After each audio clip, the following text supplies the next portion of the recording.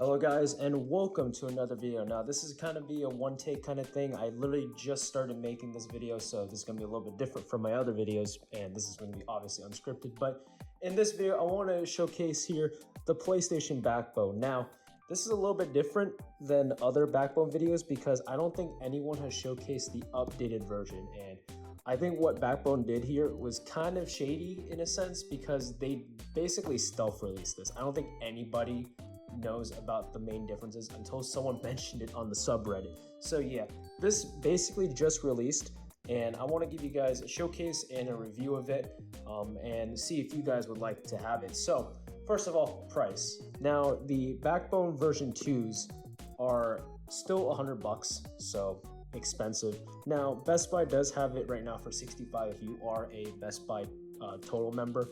So if you want to get through that way, you can. Otherwise, unfortunately, you're gonna have to suck it up if you want to get this thing.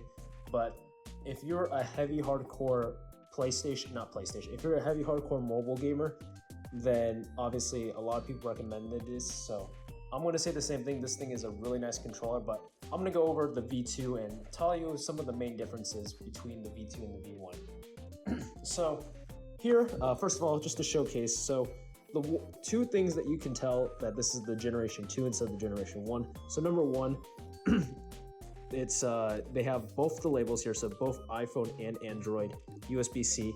I don't think they've ever made a V2 Lightning one from my my research. So right now, I think the V2s are literally just for the USB-C versions. So unfortunately, for all you 14 or older players, you can't get access to this because there's some really crucial changes here.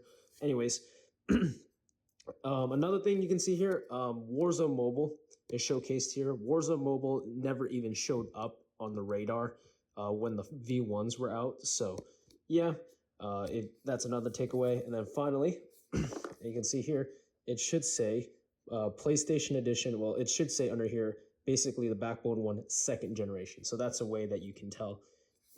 So yeah, anyways.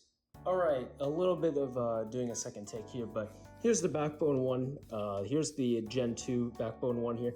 You can see here, if you've owned a Gen 1, I actually never owned a Gen 1 for a specific reason, but I'll get to that later. It looks exactly the same at first glance, but there's some key differences here that makes it, in my opinion, the superior one. So let's get into it. First of all, buttons and stuff, they feel nice. I don't know, I've never owned a Gen 1, but the buttons basically feel like normal ones. What's strange to me is that the D-pad feels like a normal, like smooth D-pad, dampened D-pad. But these buttons, these face buttons are super clicky. I don't know why they're so clicky compared to the D-pad. I like some more, consistency with the button feel. But that's beside the point. That's a minor gripe. It's feel for the most part. Now the sticks here, they honestly feel like Joy-Con sticks, and honestly with that, they don't have a lot of movement, unfortunately. So if you want to play like FPS games like COD Mobile or anything like that, I don't really find these really that helpful or really that great to use. They do support the Joy-Con thumb grips from my testing here, so I have some Pokeball thumb grips here, but yeah, I'm not a big fan of the joysticks, but they're sufficient for some of the games that I play. Over here you can see the USB-C, Backbone button, start, select, capture. I mean, most of the buttons here are basically the same as what I've seen from the V1 in videos, but let's go over some of the key changes here. So first of all, the lip I noticed immediately was much wider than in the videos that I've seen. So you can see here that the lip, basically, I think it used to be like right here. It was much smaller. It was much closer to the bottom, like this space here.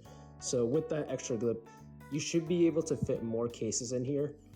So that's really good. So that's number one. And then also to help with the extra cases, these pads here are actually removable. So if you just, these are really hard. I don't know why they made these so hard to remove, but you can see here, these are magnetic and you can basically remove them for whatever. Let me just check to see.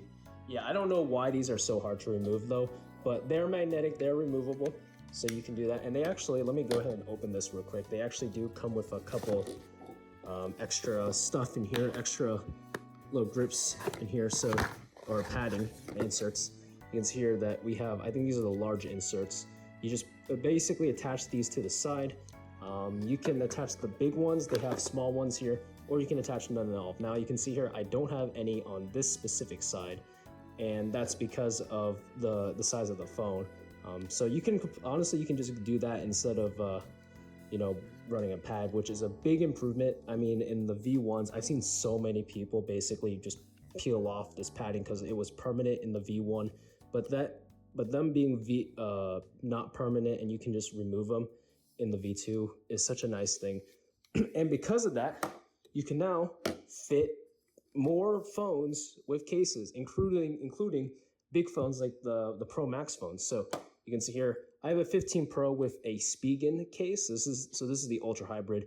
This isn't like the thickest case in the world, but it's definitely not like a thin paper sheet like the Pitaka ones that I've talked about before. But yeah, you can see here, we'll go in and we'll place it in here. Let me see if I can place it. So I can place it in here, do that. Let me just see if I can find it. There you go, snug fit here. Let me go ahead and unlock the phone real quick. Yep. All right, so you can see here, it feels very snug. You'll also notice that because of the removed padding here, it's able to basically make this flushed for the most part. Like it's very even in terms of the how the phone is parallel to the backbone. Like before, I've always seen the USB-C, like the old version, the phones with the Pro cameras would always like be slanted and it wouldn't look good, but this seems to address that problem, which is really nice. I did have the small insert just to add the extra padding to make it flush, but you can see here that basically now thin cases work for the most part, which is awesome to see.